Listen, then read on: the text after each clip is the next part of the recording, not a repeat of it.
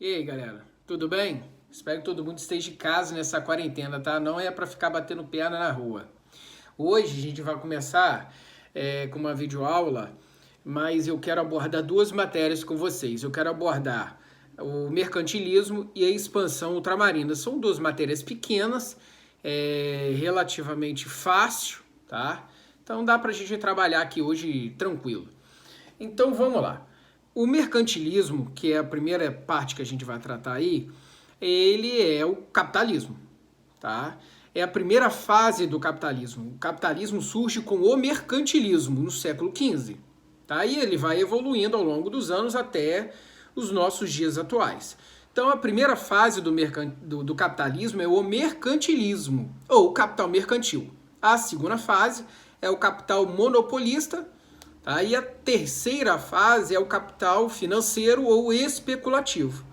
Então, voltando aqui ao capital mercantil ou mercantilismo, é a forma mais simples de você adquirir lucro. Relembrando, nós estamos no capitalismo. Qual é o objetivo do capitalismo? O objetivo do capitalismo é lucro. Ponto. Como que ele vai alcançar esse lucro? É esse daí que é a principal ideia que tem que circular na nossa mente agora. O mercantilismo, ele busca o lucro comprando barato um determinado produto e revendendo este mesmo produto mais caro, tá? Então, quando o capitalismo vai evoluindo, isso não quer dizer que o mercantilismo vai ser posto de lado. Ele perpetua até os dias de hoje. Só a gente é lembrado da galera, né, os sacoleiros que vão para São Paulo comprar roupas e revender nas cidades do interior, tá? Mas aqui que a gente vai trabalhar, o mercantilismo, ele surgiu, tá, no século XV, devido a uma mudança de práticas econômicas que teve na Europa. Tá? Até então, o sistema econômico europeu era o feudalismo, que era um sistema autossuficiente. Todos os produtos necessários pelos europeus seriam produzidos no próprio feudo. Ou seja, era raríssimo as trocas mercantis, as trocas comerciais nesse período feudal. Mas existia, mas era raríssimo. Tá? Entretanto, com as mudanças da crise do sistema feudal, galera que está em dúvida, o que houve? Tem aquela videoaula, crise do sistema feudal. Então dá uma olhadinha lá no vídeo que eu mandei para vocês. Então, devido às mudanças que teve durante a Idade Média, ocorreu uma necessidade muito maior de produtos, tá? E um grupo dentro dessa sociedade percebeu isso. Quem é esse grupo? Era o terceiro estado, tá? Os camponeses. Os camponeses perceberam esse crescimento populacional e eles começaram então a se desvincular da terra e passaram a fazer comércio. E eles perceberam que quanto mais distantes eles forem, mais exóticos são os produtos que eles vão adquirir e mais caro ele pode revender esse produto. Tá? Com as cruzadas, o mercado do Oriente passa a ter acesso à Europa. Então os burgueses passam a ir para Constantinopla pegar os produtos orientais, como a seda japonesa, porcelana chinesa, tá? Especiarias da Índia e especiarias do continente africano também. E isso serviu, né, como propulsor econômico, pois esses caras, esses burgueses, pegavam esses produtos, compravam baratos lá em Constantinopla e revendiam esse mesmo produto muito mais caro na Europa, pois não existiam esses produtos, tá? Então isso facilitou o crescimento desse grupo social. Entretanto, esse grupo social, que era a burguesia, ainda estava vulneráveis a diversos fatores, como violência, beleza? Crises econômicas e assim por diante, tá? Mas vamos lá. Quais são as características do mercantilismo? Primeira coisa, né, é justamente essa necessidade cada vez maior de expandir e cada vez mais longe. Por isso que eu fiz questão de colocar nessa mesma videoaula a expansão ultramarina, porque a necessidade de alcançar novos mercados vai proporcionar essa expansão pelo Oceano Atlântico. Mas voltando aqui, quais são as características do mercantilismo? Primeira coisa, busca por metais preciosos. Então, no mercantilismo, o objetivo principal dos europeus era buscar metais preciosos. Ah, mas você acabou de falar que era procurar produtos exóticos para vender na Europa? Sim, mas para que eles faziam isso? Eles faziam isso para adquirir metais preciosos, ouro e prata. Tá? Então, o objetivo do mercantilismo é busca por metais preciosos, beleza? Ou metalismo, como pode cair em prova de vestibular. Outra característica aí tem a ver com absolutismo, matéria que está aí em videoaula também. Quais são as características? Quando aparece a figura do rei, do monarca absolutista, todos os poderes são concentrados na mão dele. Então ele controla o legislativo, ele controla o executivo, ele controla o judiciário, ele controla as forças armadas e inclusive ele controla a economia. Daí eu tive essa necessidade de explicar novamente essas questões para vocês. Então, o rei absolutista, ele controla a economia. Como que ele faz isso? Através da intervenção do Estado na economia, ou seja, o rei absolutista, ele controla as relações econômicas. Como que ele faz isso? O rei controla as relações econômicas através do monopólio. Como que funcionava o sistema do monopólio? Era uma espécie de leilão. Então ele chegava lá, por exemplo, assim, eu estou leiloando o direito de comercializar sal no meu reino. Aquele que ganhar o leilão vai chegar lá, né? Ah, eu dou 100 mil para o rei, eu dou 1 milhão, dou 2 milhões, então um leilão. Aquele que ganhar o leilão vai ter o direito de vender sal. Só ele pode vender, mas ninguém tem o direito de vender o sal no reino. Se só ele pode vender o sal, obviamente ele vai vender muito caro, beleza? Então é uma outra característica do mercantilismo, é o monopólio. Além disso, outra ferramenta que o rei utilizava para controlar a economia era o protecionismo. Tá? Que o protecionismo ele trabalha casadinho com a balança comercial favorável, que é outra característica do mercantilismo. O que são esses dois pontos? Tá? A balança comercial favorável, isso existe até hoje. Balança comercial favorável é o equilíbrio entre compra e venda dos produtos, né, de um determinado país. Ou seja, balança comercial favorável é o equilíbrio entre produtos que entram no país com produtos que saem do país.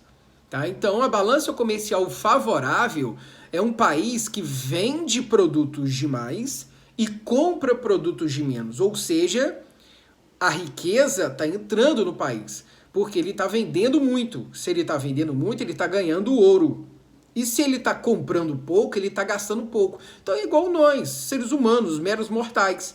Tá? Eu ganho R$1.000. Se eu ganho R$1.000, eu tenho que gastar R$1.000, no máximo. Se eu gastar R$1.001, eu estou com a balança comercial desfavorável, porque eu estou gastando demais. Isso vai gerar uma crise econômica. Em compensação, se eu ganho R$1.000 e estou gastando R$500, significa que a minha balança comercial está favorável. O país também funciona assim, tá? Ou seja, ele vende muitos produtos e ganha, né? Ou seja, ele recebe como troca desses produtos que ele vendeu, ouro. Então, busca por metais preciosos. Então, ele está ganhando ouro com essa troca comercial. Mas ele também precisa comprar produtos. Ele vai pagar com ouro. Daí o fluxo, daí a importância do equilíbrio da balança comercial favorável. Tá? Agora, junta isso com o protecionismo. O protecionismo é uma proteção ao mercado interno. Ou seja, o governante ele vai criar uma série de medidas para impedir com que a população do seu próprio país, do seu próprio reino, compre produtos importados. Dê preferência a produtos do seu próprio reino. Ou seja, vamos comprar produtos nacionais, porque ao comprar produtos nacionais, você está incentivando a circulação de riqueza dentro do seu próprio reino, beleza? Então essa daí é a característica do protecionismo. O governante vai proteger o mercado interno. Então, relembrando aí, vamos recordar quais são as características do mercantilismo: metalismo, ou busca por metais preciosos, monopólio, o intervencionismo e o protecionismo. Tem mais? Tem. Além disso, tem mais 2 pontos que é importante a gente falar, que é a pirataria, beleza? E também as colônias, que eram 2 características de forma para alcançar esse ouro e essa prata, que é as colônias e que são as piratarias. Então, como que o meu reino vai conseguir ouro e prata, né? O metalismo, como que eu vou adquirir isso? A Inglaterra, por exemplo. A Inglaterra, ela financiou fortemente vários piratas, os famosos corsários, em que esses corsários roubavam os navios dos outros países e dividiam o roubo entre Inglaterra, por exemplo, e o próprio pirata. Então, por exemplo, Francis Drake é um dos piratas mais famosos que tem na história. Ele foi um corsário que roubava, né, que pirateava em nome da Inglaterra. Então, Portugal, que era o país, né, alvo, e Espanha eram os países alvos. Ele, né, Francis Drake, ia lá, roubava os navios espanhóis que saíam abarrotados de ouro e prata da América, né, Portugal também, roubava esses navios. Metade de toda essa riqueza que ele roubava era entregue para a Inglaterra e a outra metade ficava com Francis Drake. Tá? Por que a Inglaterra fazia isso? Porque Francis Drake, agora, neste momento, ele torna um oficial da Marinha Inglesa. Então, se porventura o navio português conseguir vencer Francis Drake, o navio português não pode matar Francis Drake, porque ele é um oficial da Marinha Inglesa. Deve devolver esse oficial para a Inglaterra, sim, né, castigar Francis Drake. Obviamente não castigava, beleza? Então era um jogo assim, uma mão lava a outra e as duas lavam o rosto, em que um pirata, ele roubava e pagava a Inglaterra. Quando ele precisava de alguma proteção, a Inglaterra ia lá e ajudava os piratas. Então, só você lembrar, por exemplo, do filme Piratas do Caribe, mostra direitinho sobre essas questões das piratarias, beleza? E o sistema de colônia. O sistema de colônia, obviamente, Portugal e Espanha utilizou isso daí à torta e direito, que é o sistema de colonização, e nesse sistema de colonização ele vai explorar essas colônias a fim de adquirir metais preciosos. Daí o pacto colonial, em que a colônia fazia era obrigado a entrar na dança econômica com a metrópole, no qual a colônia deveria complementar a economia da metrópole. O professor lá no ensino fundamental e no ensino médio fala para vocês o seguinte: gente, pacto colonial, o que era?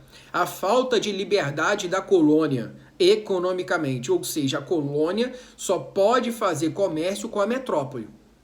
Tá certo? É isso aí. Só que agora, por a gente trabalhar em pré-vestibular, isso é muito mais do que isso. Quando você olha em pré-vestibular, isso é uma resposta simplista. O que é o pacto colonial? A metrópole tem que produzir X, Y, Z produtos. Mas para isso ele precisa do produto 1, 2 e 3. Então é função da metrópole produzir esse produto 1, 2, 3 para a metrópole crescer.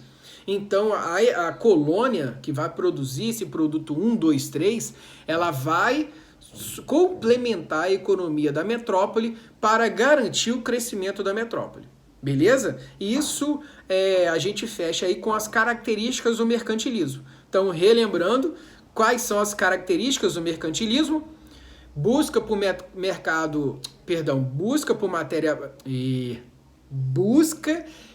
metais preciosos. Eu já estou falando de Revolução Industrial, já estou vendo a nossa próxima matéria. Nós estamos, então, com o mercantilismo, principal característica, busca por metais preciosos. Depois nós temos o protecionismo, monopólio, beleza? Pirataria, beleza? Balança comercial favorável e colonizações. Tranquilo? Essas são as características do mercantilismo. Entretanto, o vestibular, ele só quer uma coisa, ele quer a caveira de vocês. Tá? Então, ele pode chegar para vocês e perguntar, marque uma característica básica que corresponde corretamente ao mercantilismo. Beleza. Aí o cara pode fazer essa mesma pergunta, marque uma característica básica que corresponde corretamente ao capital mercantil. Aí que desgraça é essa? É a mesma coisa. Ou bulionismo. Aí você, oi? Hã? Bulionismo. Bulionismo é o mercantilismo, mas da Inglaterra. Como que a Inglaterra, né, agora que a gente começa a falar do país A, país B, país C, tá? Como que a Inglaterra trabalhava o seu mercantilismo? Como que era? Como que a Inglaterra se comportava para alcançar, né, metais preciosos? Pirataria, tá? Roubava todo o direito de Portugal e Espanha e venda de produtos baratos, principalmente tecidos. Pobre existe em tudo quanto é lugar do mundo. Qualquer canto existe pobre. Então eu vou me especializar em produzir produtos baratos para esses pobres. Então a Inglaterra procurou focar em pirataria e focar em produção de tecido principalmente. Tá? Agora, a França. Como que foi aí o mercantilismo francês? Mercantilismo francês também conhecido como colbertismo, tá? Colbertismo vem de Colbert, que era o ministro da economia na época, tá? Ele, enquanto a Inglaterra procurava aí focar em pobre, a França procurou focar em rico. Então a França se preocupou em fazer comércios com produtos de luxo, champanhe e assim por diante. Se você olhar a primeiro momento, você pode dizer assim, pô, lógico que não deu certo, porque rico, né, existe poucos, né, mas vai lá, vê quanto que custa uma bolsa da Louis Vuitton, vai dar uma olhadinha, vê lá qual que é o champanhe mais chique que tem no mundo, vê lá qual que é o queijo mais chique do mundo, francês. Então, quando você fala de França, já vem logo, fala assim, opa, requinte, né? Prestígio, riqueza, por causa dessa característica do mercantilismo. A França se preocupou em artigos de luxo. Tranquilo? Portugal e Espanha, né? Colonizações, tá? O pacto colonial. Tranquilo. E Holanda? A Holanda, ela se preocupou em focar em 2 pontos. Primeiro, ela decidiu trabalhar com o sistema de empréstimos. Tá? Então, ela procurou aí fazer aqueles empréstimos a juros e assim por diante. Isso é muito importante falar, porque é a Holanda que vai financiar toda a colonização brasileira. Quando os colonos vêm para cá, eles vêm com o objetivo de colonizar, entretanto, eram eles que tinham que financiar. E eles não tinham dinheiro para isso. Portanto, eles vão lá nos bancos holandeses, pegam o dinheiro emprestado para investir aqui no Brasil colônia. Beleza? E outra característica da Holanda também era com frete. Os holandeses, eles também buscavam uma forma de buscar metais preciosos, né, ganhar grana, fretando navios. Então, tá aí de novo uma aliança extremamente lucrativa com Portugal, em que os navios que saíam do Brasil abarrotados de açúcar eram holandeses em direção à Europa. Por isso que, no final das contas, 60% de toda a riqueza do Brasil colônia, ele ia para a Holanda. Os 30% ficavam com Portugal e apenas 10% com o Brasil. 40% Portugal. Beleza? Então, essa daí são as características do mercantilismo. Agora, a gente já começa a trabalhar com a expansão ultramarina. Já falei com vocês que a expansão ultramarina foi uma necessidade de ampliar novos mercados. Mas por que isso aconteceu? Tudo começa em Constantinopla, beleza? Que em 1415, Maomé II, tá, o governante do Império Turco-Otomano, conquista Constantinopla. transformando Constantinopla em capital do seu novo império, o Império Turco-Otomano. E Maomé II rebatiza Constantinopla com o nome de Istambul, hoje, né, capital da Turquia. Mas quando ele faz isso, Maomé II proíbe a entrada de cristãos em Constantinopla. Travou toda a economia. Pois aqueles burgueses que eu falei com vocês no início dessa videoaula, eles estão sedentos de mercado para comprar produtos e revender na Europa. O epicentro desse mercado, que é Constantinopla, agora está fechado para os caras. Então os caras estão desesperados, eles buscam uma nova rota comercial, beleza? E aí, onde nós vamos arrumar essa rota comercial? Beleza? Quem teve a sagacidade foi o único rei que existia, que era o rei de Portugal. Beleza? Portugal, ele é o país pioneiro na expansão ultramarina, navegar pelo Oceano Atlântico. Por quê? Porque só existia ele. Tá? Então o reino de Portugal, ele inicia sua expansão ultramarina. O primeiro ponto que ele alcança, antes da gente falar isso, por que logo Portugal? Além de ser o primeiro, tá? Nós temos a própria formação histórica de Portugal. Relembrando, Portugal surge através da Guerra de Reconquista. A Guerra de Reconquista foi uma guerra entre islâmicos, né, os mouros, contra os cristãos. Beleza? Então, neste momento, os cristãos, após vencer essa guerra, eles estão com aquele espírito cruzadista de expandir a fé cristã. Então, o que leva Portugal a ser o pioneiro no processo de expansão ultramarina? Falei dois já. Primeiro, pioneirismo português na sua formação. Só existia Portugal. Segundo, o espírito cruzadista. Tá? A necessidade de expandir a fé cristã. Né? O próprio Portugal surgiu através de uma guerra religiosa. Outra característica de Portugal, por ser o pioneiro, é a sua formação geográfica. Se você olhar no mapa, Portugal ele fica na Península Ibérica, ele está na boca do gol para o Oceano Atlântico. Tá? E conhecimentos navais. Os portugueses eles já eram ávidos, ótimos navegantes. Só você lembrar que comida típica portuguesa é peixe, bacalhau. Então eles já tinham um histórico de navegação. Beleza? Outra coisa que Portugal tinha, que é muito importante falar, é que aquele território era islâmico. Tá? Os cristãos que retomaram, né? Que guerra de reconquista. Mas esses islâmicos, eles eram muito mais avançados tecnologicamente. Então eles tinham todo o conhecimento naval. Eles já tinham conhecimento da caravela.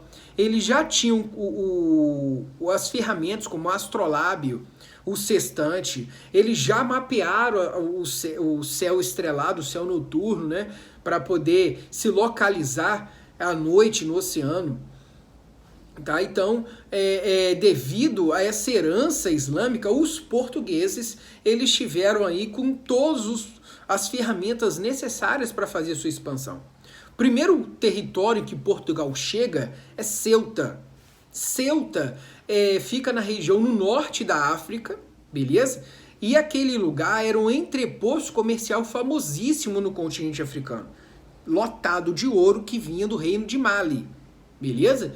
E aí, daí a importância de Ceuta para os portugueses. Vamos atacar Ceuta para a gente ter acesso a essa rota do ouro. Tá? E lá, na Ceuta foi conquistada. Depois, Portugal consegue alcançar as Ilhas Madeiras, depois as Ilhas Açores, tá? E aí ele começa a descer pelo continente africano. E esse trajeto é chamado de Périplo Africano, no qual os portugueses eles vão costeando o continente africano para alcançar as Índias, que era o segundo entreposto comercial mais famoso que se tinha. Lá era lotado das especiarias, né? Canela, tá? Cravo e assim por diante. Beleza? Então ele vai costeando pelo continente africano para chegar até as Índias. Beleza? Mas Portugal estava no seu processo, Aí vem Cristóvão Colombo desenrolar com Portugal, para ele ser financiador da empreitada de Cristóvão Colombo. Cristóvão Colombo, ele já tinha o conhecimento de que o planeta Terra era redondo, beleza? Então o objetivo de Cristóvão Colombo nós vamos navegar pelo Ocidente, como é redondo, nós vamos dar a volta no globo e chegar até o Japão, China e Índia. Então, se a gente navegar pelo Ocidente, a gente vai acabar dando a volta no globo e chegando ao Oriente. Tá? E ele pede primeiro Portugal para fazer isso. Tá? Pede grana. Portugal nega, justamente porque ele estava no périplo africano. Então, ele não tem condição, ele vai até a Espanha e tenta o desenrolo. Tá? Em 1492, Isabel, a rainha da Espanha, financia Cristóvão Colombo. Cristóvão Colombo sai da Espanha em 1492 e no mesmo ano ele chega no continente americano e ele descobre a América, beleza? Enquanto isso, Portugal está na sua expansão ultramarina, beleza? Portugal ele chega até a travessia do Cabo da Boa Esperança, que é a África do Sul. Ali era chamado de o Cabo das Tormentas, porque ninguém conseguiu ultrapassar ali. Tá? Portugal é o primeiro a ultrapassar aquilo dali com Vasco da Gama, beleza? Aí ele troca o nome para Cabo da Boa Esperança e chega às Índias, beleza? Aí Cristóvão Colombo chega até a América, beleza? O Vasco da Gama, ele chega às Índias, beleza? E nós temos Fernão de Magalhães, que ele dá aí a volta pelo globo. Em 2 anos ele faz aí uma volta, uma viagem marítima de 2 anos, beleza? E os tratados de paz? O problema, né, agora, 1492, só tem 2 países, Espanha e Portugal, tá? E aí? Como é que a gente vai fazer? Qual foi a decisão? Vamos rachar o mundo ao meio. O lado oriental fica com Espanha, o lado ocidental fica com Portugal. Beleza? O primeiro tratado foi a Bula Intercetera, ou Bula Intercoetera, como se escreve. Beleza? O que era a Bula Intercetera? Ele pegava e dividia o mundo, tá? No meio do Oceano Atlântico, em que do lado, né, o oriental ficava Portugal, o lado ocidental ficava a Espanha. Portugal não aceita a Bula Intercetera. Por quê? Esse pedacinho do Oceano Atlântico que ficava com Portugal, as correntes marítimas eram desfavoráveis para ele alcançar as Índias. Portugal tinha que descer o Oceano Atlântico, mas as correntes marítimas eram ascendentes. E isso prejudicava as rotas de navegação de Portugal. Portanto, Portugal não aceita a Bula Intercetera, eles acabam assinando o Tratado de Tordesilhas em 1494. Aí eles dividem o mundo em 2. E aí fica essa divisão entre esses 2 países. Tranquilo. Até a chegada de novos reinos, como Inglaterra, como a Espanha, como a França e como a Holanda. Aí a guerra estanca para todo mundo querer um pedacinho do continente americano. Beleza? Gente, fechamos essa aulinha hoje tranquilinho, tá? Um abraço para vocês, um beijo e um queijo. Fui!